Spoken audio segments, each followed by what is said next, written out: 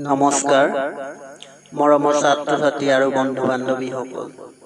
আশা কৰোঁ সকলোৱে ভালে কুশলে আছা আজি তোমালোকলৈ এটি নতুন ভিডিঅ' লৈ আহিছোঁ আশা কৰোঁ সকলোৱে হৃদয়ঙ্গম কৰি নিশ্চয় উপকৃত হ'ব ধন্যবাদ আজি আমি শিকিম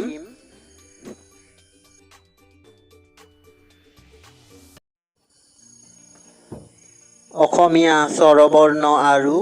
ইংৰাজী ব্যৱহাৰ লেটস স্টাৰ্ট বলা তেন্তে আমি আৰম্ভ কৰোঁ অসমীয়া স্বৰবৰ্ণৰ 11টা আখৰৰ প্ৰথম আখৰটো হৈছে অ আৰু এই অ আখৰটোক ইংৰাজীত এ নাইবা অ আখৰে বুজোৱা হয় দ্বিতীয় বৰ্ণটো হৈছে আ আৰু এই আ আখৰটোক ইংৰাজীৰ এ আখৰেৰে বুজোৱা হয় তৃতীয় বৰ্ণটো হৈছে হস্ৰই আৰু এই হস্ৰই আখৰটোক ইংৰাজীৰ আই আখৰেৰে বুজোৱা হয় চতুৰ্থটো বৰ্ণ হৈছে দীৰ্ঘই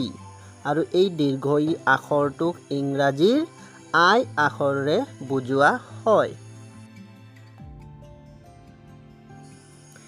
পঞ্চমটো বৰ্ণ হৈছে হস্ৰউ আৰু এই হস্ৰউ আখৰটোক ইংৰাজীৰ ইউ আখৰেৰে বুজোৱা হয় ষষ্ঠ বৰ্ণ হৈছে দীৰ্ঘউ আৰু এই দীৰ্ঘউ আখৰটোক ইংৰাজীৰ ইউ আখৰেৰে বুজায় সপ্তমটো বৰ্ণ হৈছে ৰি আৰু এই ৰি আখৰটোক ইংৰাজীত আমি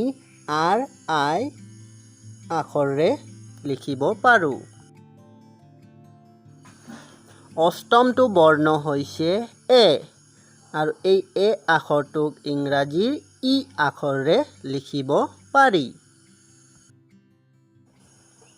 নৱম বৰ্ণটো হৈছে ঐ আৰু এই ঐ আখৰটোক আমি ইংৰাজীৰ এ আই নাইবা অ আইৰে লিখিব পাৰোঁ দশম বৰ্ণটো হৈছে উ আৰু এই উ আখৰটোক ইংৰাজীৰ অ আখৰেৰে লিখিব পৰা যায় স্বৰবৰ্ণৰ একাদশ বৰ্ণটো হৈছে ঔ আৰু এই ঔ আখৰটোক আমি ইংৰাজী অ ইউ আখৰেৰে লিখিব পাৰোঁ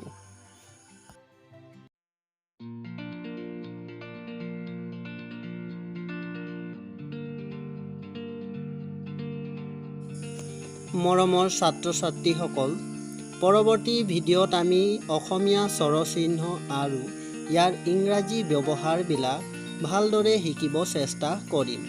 চেনেলটো লাইক কমেণ্ট শ্বেয়াৰ আৰু ছাবস্ক্ৰাইব কৰিব নাপাহৰিবা আজিলৈ আহোঁ ধন্যবাদ